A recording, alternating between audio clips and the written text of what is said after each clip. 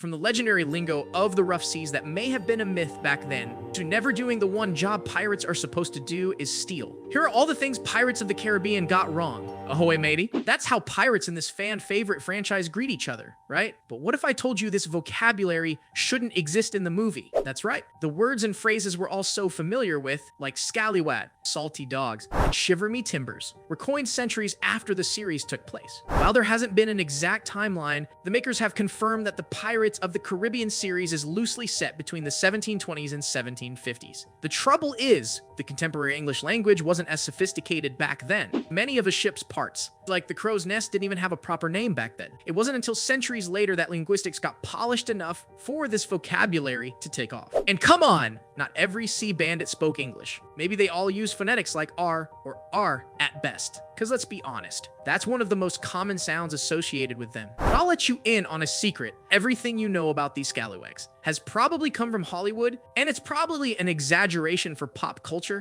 While these popular pirate phrases may have used this vocabulary later, it wasn't as common as you've been led to believe. But did that stop Johnny Depp's franchise from stealing the language? Oh, no sir. Even if that wasn't accurate of them, Captain Jack Sparrow's colorful pirate sea language did help the franchise to win over the audience. Still, they could have moved the timeline up to a period by which the phrases had been invented to make things more accurate. And not just for this, for many other things that hadn't been invented yet, like the Royal Navy officers' uniforms, Pirates of the Caribbean, or let's shorten it to POP, introduced the Navy troops right in the first movie, The Curse of the Black Pearl. All of these official sailors were constantly decked in red uniforms. But this 2003 film is set around 1728, and the Royal Navy didn't have these uniform regulations until 1748. So the film is 2 decades earlier. This wasn't the only costume plot hole from the series. In the sequel, Dead Man's Chest, the High and Mighty East India Trading Company popped in, dressed in blue. Maybe that decision was made to separate them from the Navy sailors, but as it turns out, the East India Company lads should have worn red too. That was the official color for the company's private armies. But you know what? They shouldn't have introduced this company in the first place. Because 1, they only helped Royal Navies fight against piracy in the Indian Ocean, not the Caribbean. And 2, the film didn't use any historically accurate company symbols. Still, I gotta admit, the creative liberties in the costume department made sense. Otherwise, it would have been a nightmare for the audience to differentiate the soldiers from each other and the real swashbucklers. That's why most viewers can let this inaccuracy pass. But the next one,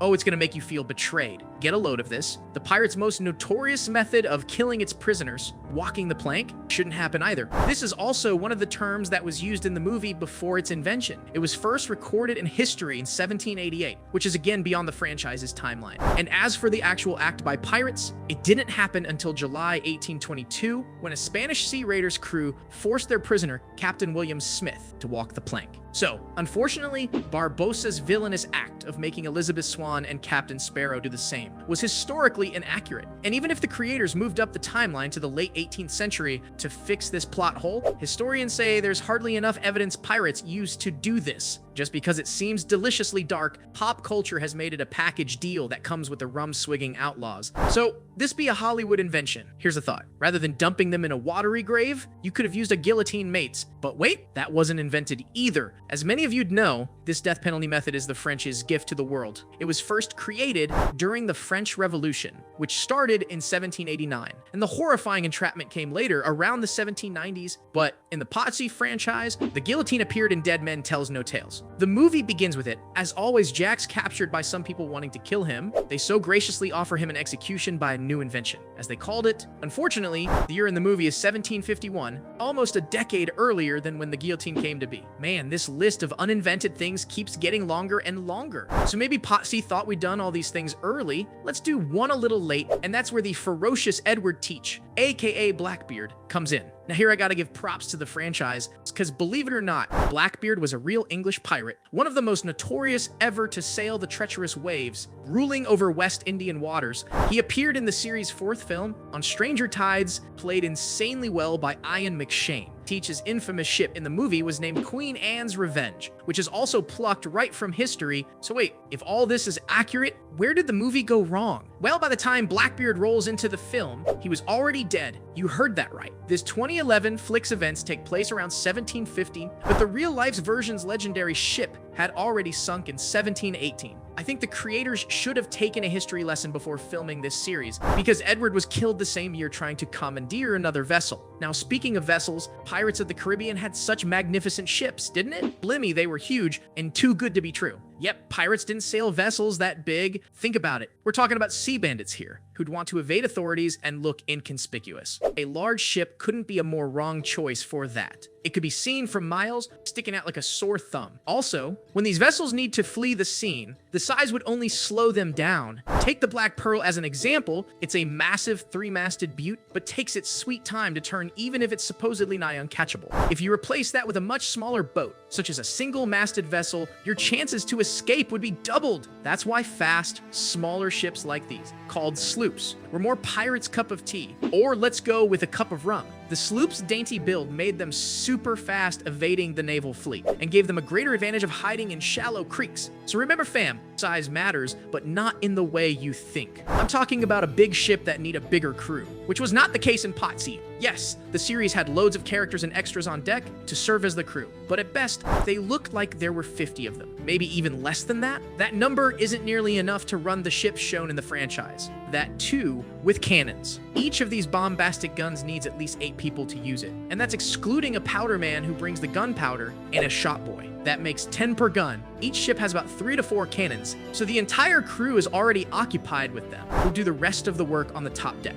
And remember, half the crew rests and works in different shifts. That means all Pirates of the Caribbean vessels are painfully understaffed. So, realistically speaking, a warship of the Flying Dutchman size would easily need a crew of 300, or on the safe side, 500. Savvy? Otherwise, you can't get the ship to set sail, let alone engage in war with other pirate vessels or navy fleets. As for the Potsy movies, it's understandable why they didn't show any pirates crew as bustling as this. Too many people to cast. But the least they could have done was make the pirates do their real job, looting other ships, which hardly happened in the movies. This is a sore point for many fans who wish they'd see Jack actually attack another ship, stealing things from it, and holding the captain at gunpoint, demanding more treasure. Isn't that what these swashbuckling raiders are supposed to do? On the contrary, they just chase ships for the thrill and travel to mythical places like Davy Jones's locker. Even when Sparrow tried to rob a bank in Dead Men Tell No Tales, he miserably failed.